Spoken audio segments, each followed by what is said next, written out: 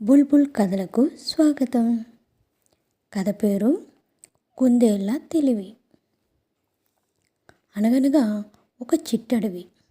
అందులో ఒక నక్క ఉండేది. దానికి ఆ రోజు మధ్యాహ్నం వరకు గాలించిన ఆహారం దొరకలేదు. అప్పటికే తిని 2 రోజులవుతోంది.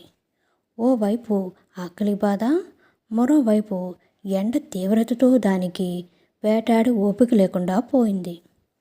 అప్పుడే నక్కకు ఓ పెద్ద చెట్టు తొర్ర కనిపించడంతో వెంటనే ఓ ఆలోచన వచ్చి నెమ్మదిగా అందులోకి దూరింది. ఈ తొర్రలో కుందేలు బొచ్చు ఉందంటే ఖచ్చితంగా ఇది వాటి ఆవాసమే. మేతకు వెళ్ళినవి సాయంత్రంలోగా తిరిగి వస్తాయి. ఈ తొర్రలోకి వచ్చి రావడంతోనే అమాంతం వాటి మీద దాడి చేసి తినేస్తా. అప్పుడు నా ఆకలి తీరిపోతుంది. ఇందులో విశాలంగా ఉంది. ఈ రాత్రికి ఇక్కడే నిద్రపోయి తెల్లవారగానే వెళ్ళిపోతాను అనుకుంది. సాయంత్రం కాగానే కుందేలు జంట కబుర్లు చెప్పుకుంటూ తొర్ర దగ్గరకు వచ్చాయి. వాటికి ఎందుకో ఏదో తేడాగా అనిపించడంతో లోపలికి వెళ్లకుండా చుట్టూ పరిశీలించాయి. నక్క కాలి గుర్తులు గుహలోకి వెళ్తున్నట్లు అనిపించాయి, కానీ బయటకు వచ్చినట్టు లేవు. ఖచ్చితంగా ఈ తొర్రలో నక్క ఉందని అనుకున్నాయి. వెంటనే కుందేలు, తొర్రా, ఓ చెట్టు తొర్రా, మమ్మల్ని లోపలికి రమ్మంటావా? నువ్వు అనుమతి ఇవ్వకుండా మేము ఎప్పుడైనా లోపలికి వచ్చామా? ఈరోజు ఎందుకిలా మౌనంగా ఉన్నావు?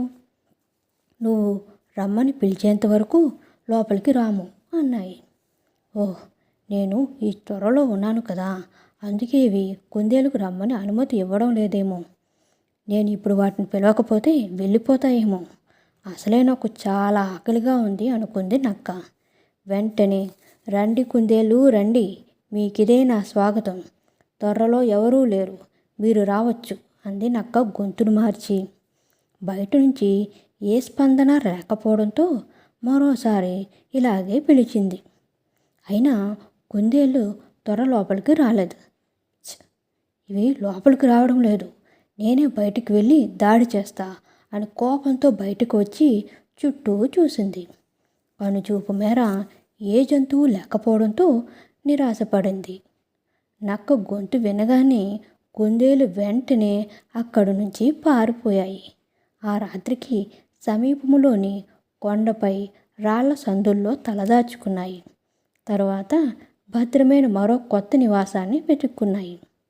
కథ నచ్చినట్లయితే లైక్ చేయండి, షేర్ చేయండి, సబ్స్క్రైబ్ చేయండి. Thank you so much.